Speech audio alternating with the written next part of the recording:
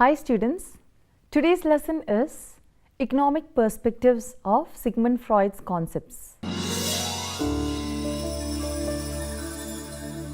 Sigmund Freud, who was born in 1856 in a pretty large family, had thought to become a scientist. Having been the member of a larger family, it gives off the picture of economical hurdles to run the family smoothly. As he later on was determined with his goal in mind, that is medical study, though he graduated with much difficulties in several ways, including economical, he only happened to realize later on that his intentions were never to practice medicine.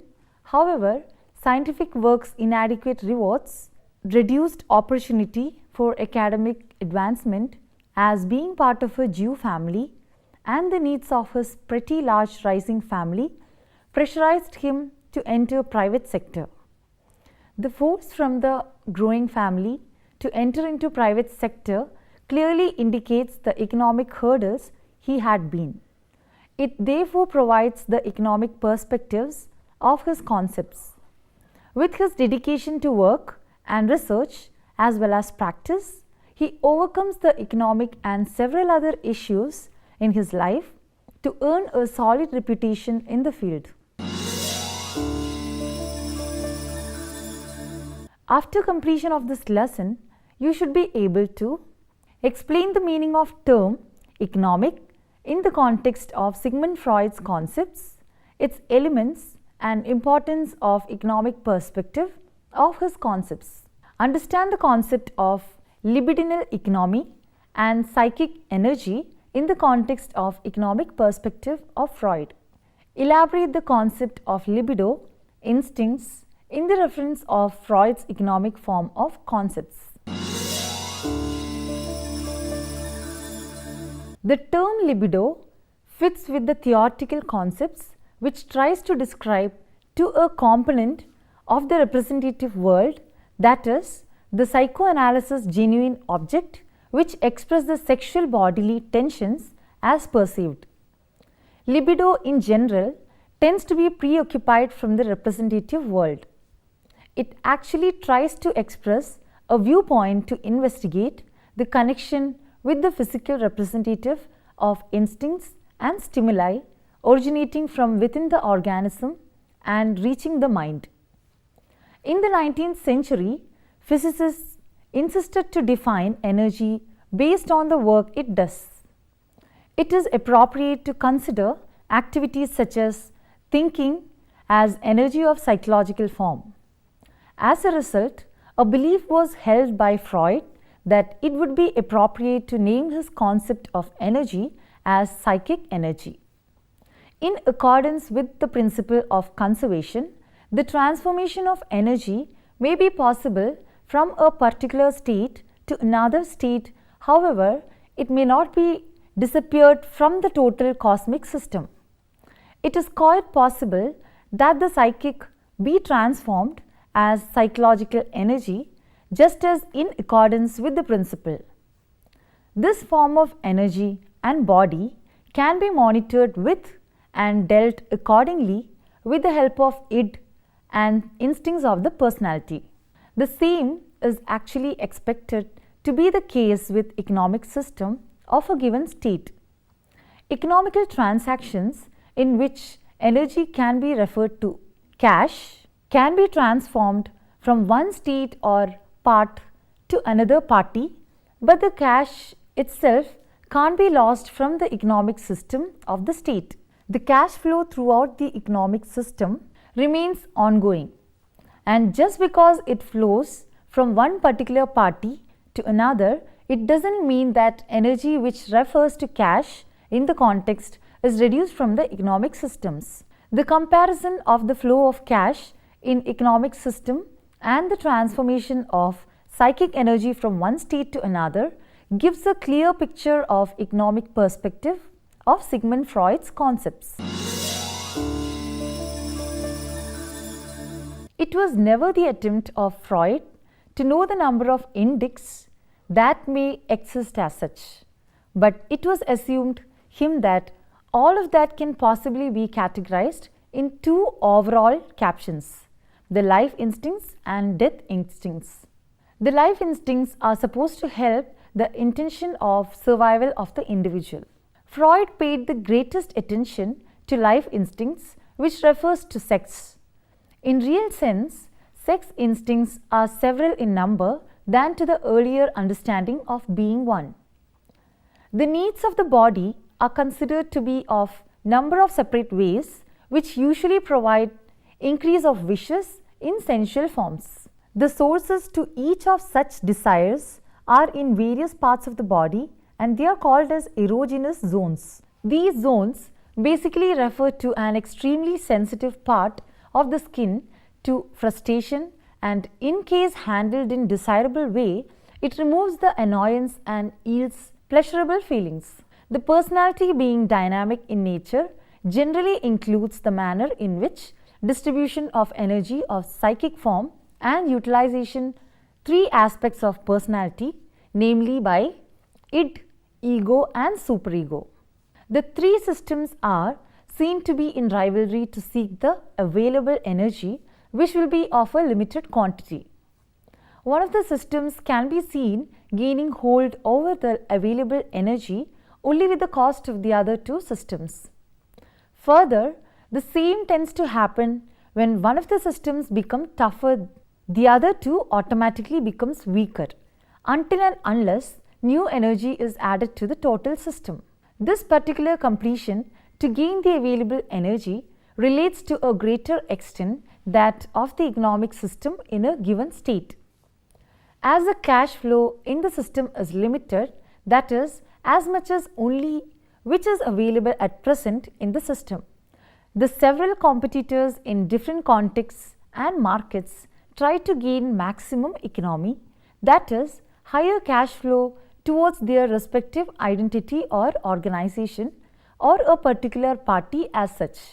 The similar way as one has to get a higher cash flow in the system, it has to be at the cost of lower cash flow of other available competitors in the given market or system of the economy.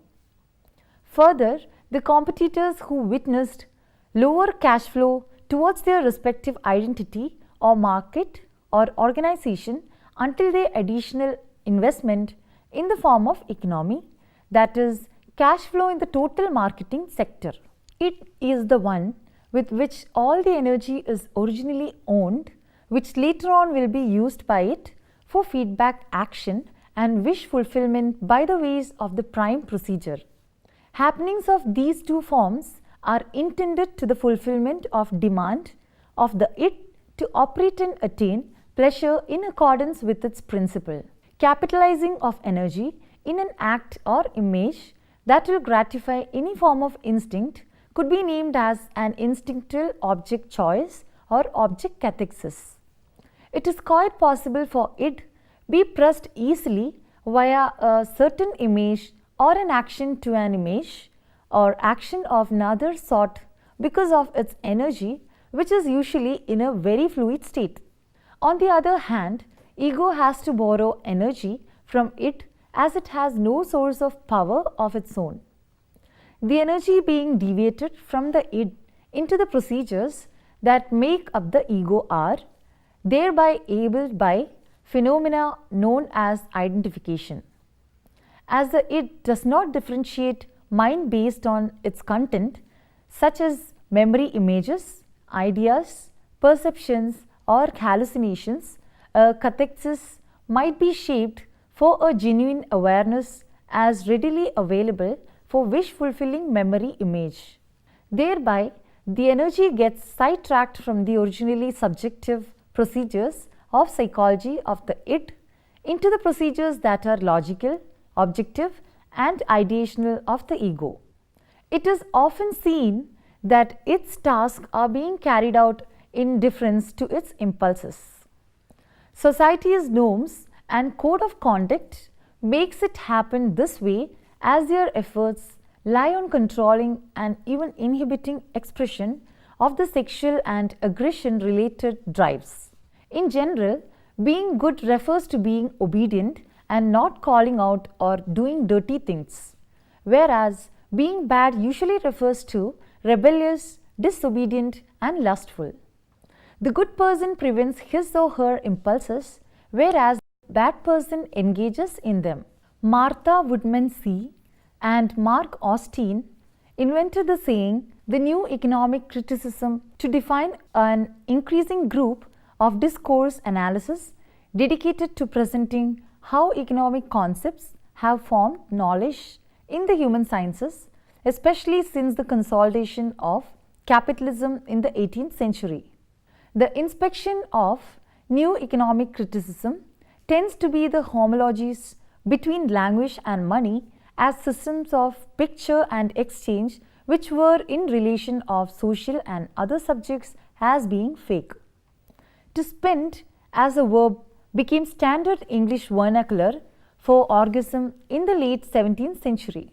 It has later on become routine to figure psychosexual energy as to some degree which individuals could spend, save, waste, or beneficially capitalize in productive activities and relationships.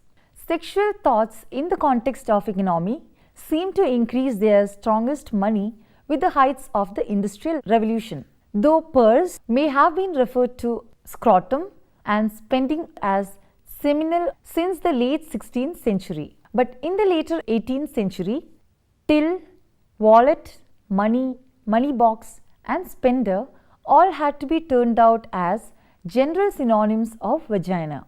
Furthermore, semen was named as by the noun spend and a vagina be called a bank or budget. Karl Abraham has attempted to show the monetary perspective of psyche explained by Freud in the context of compulsive spender. Abraham considers that a sudden appearance of excessive spending of money could be seen in many neurotics.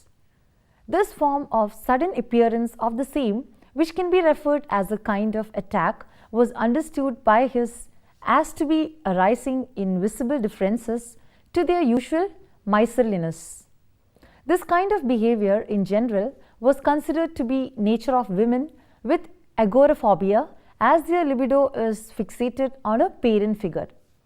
The evidence of sayings of the patients themselves reveal that money spending relaxes them from depression or anxiety, which furthermore helps in enhancing their self-confidence and also to provide distraction. On the contrary, Abraham says that an individual who attempts to suppress a solid desire of him or her about their libido to be spent on anyone or everyone they come across on the street, he or she therefore is dealing with anxiety unconsciously, as it stimulates by being generous, give money instead of libido. In the analysis of Abraham for the same, females tend to transfer their libido in a quick sequence to a limitless amount of objects, that is persons, and uses money as the means of gaining short-lived and easily changed relationships. For libidinal economy to be considered, in general, eroticizing the economy was expected by post-Freudian intellectuals such as Bataille and Lyotard. Articulates that something it has got to being one way of challenging different models of economists, recommending additional liberal view of human exchange. These liberal views were expected to be either utility or interest classifications, as they tend to dominate classical and neoclassical political economy accordingly.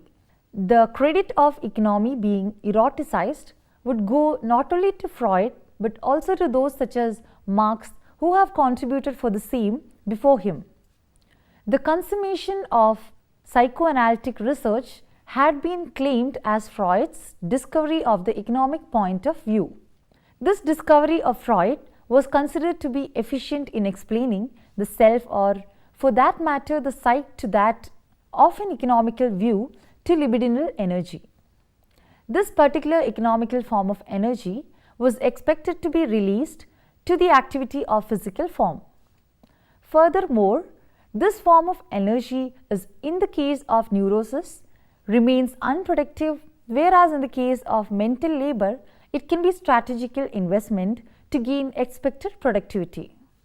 Model of economy for was relied frequently sufficient on financial descriptions of the domestic economy of the mind and the economies of the libido as named by himself.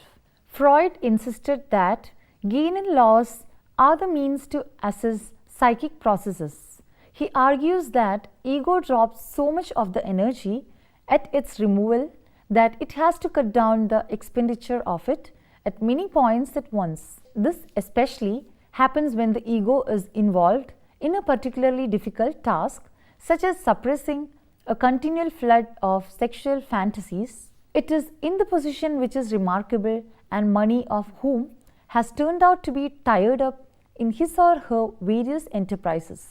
Charging high fees for psychoanalysis was justified by Freud by labeling it to be a sound investment for middle class neurotics who in general tend to be looking for releasing blocked libido back into money making movement.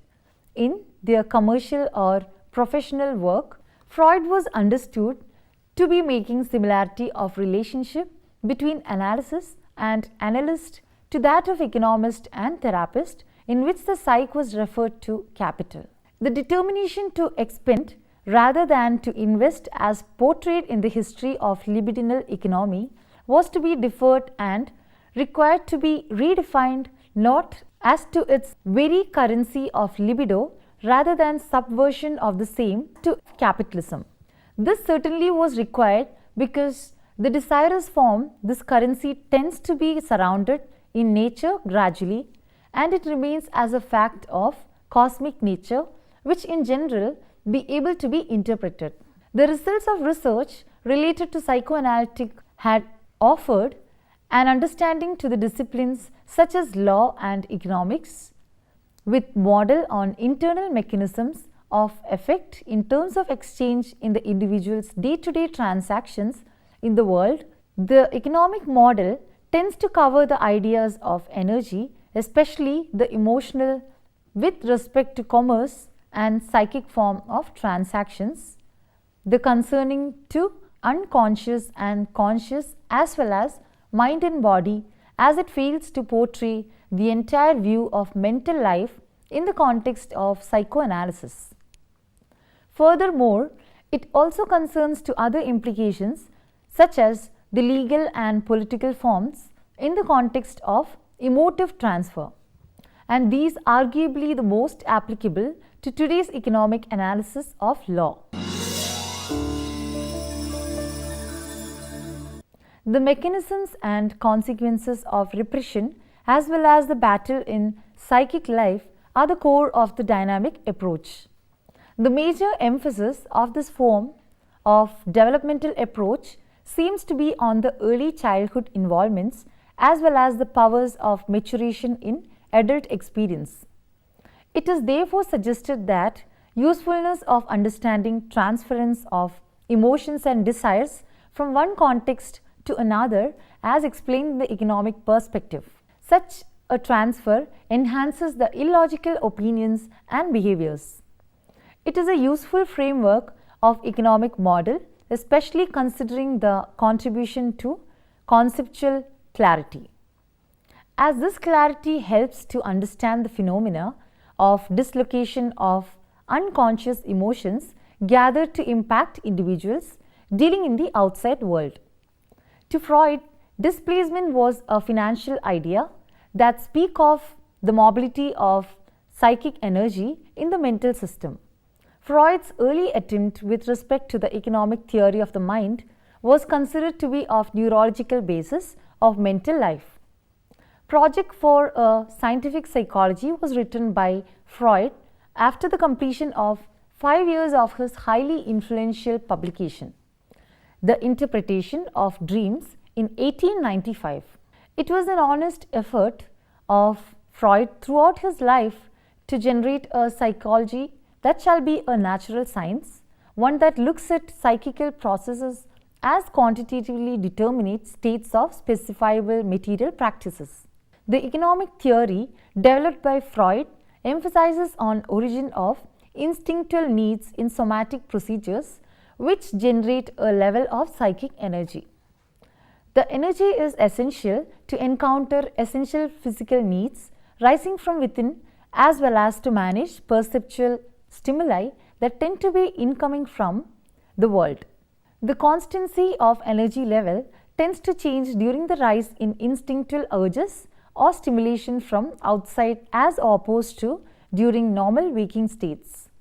A condition of tension of mental form is generally created in the visible rise in psychic energy.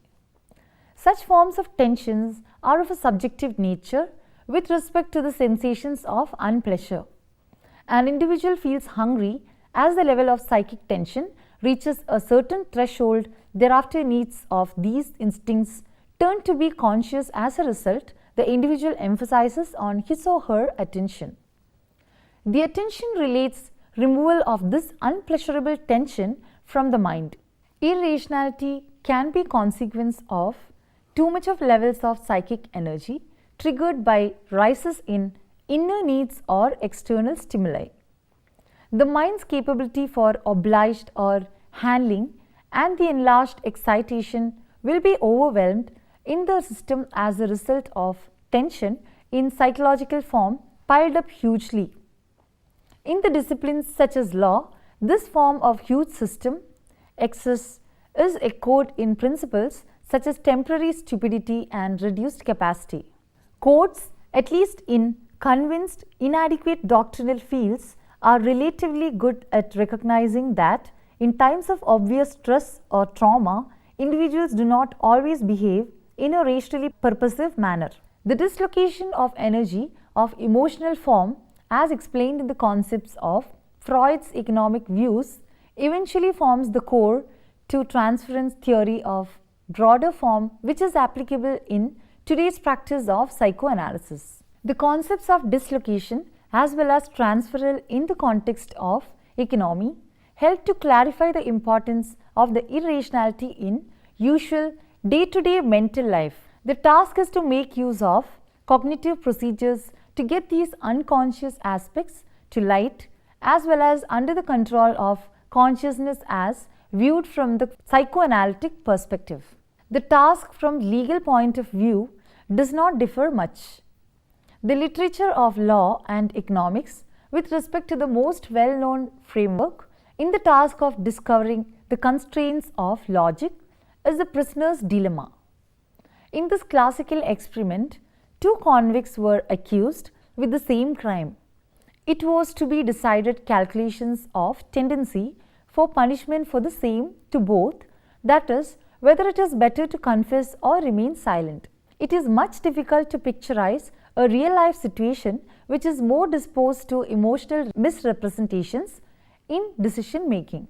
These misrepresentations are the result of fear, regret, guilt, rage, denial, confusion and despair. There must be adequate attempt of research from law and economics to recognize importance of the dynamic interaction amongst unconscious feelings and drives on the one hand and individuals' material dealings in the world on the other. In a general view, both economics as well as psychoanalysis seem to be placed at contradictory positions of the social science field. Economy is related to the study of rational actors in the public marketplace of the world, whereas the psychoanalysis studies the private world of irrational feelings as well as motivations. Aim of economic studies emphasize on racializing behavior at the marketplace or firm level. On the other hand, emphasis on the dynamics of individual emotions and behavior is of psychoanalysis. Furthermore, both of these differ in their respective methods of study and observations. Economies of applied form is seen to be lying on the status of reliability of its scientific methods. These methods may include experimental research, quantifiable data, and testable hypotheses. Psychoanalysis, however, has earned the status for subjective methods. No quantifiable data and unverifiable findings.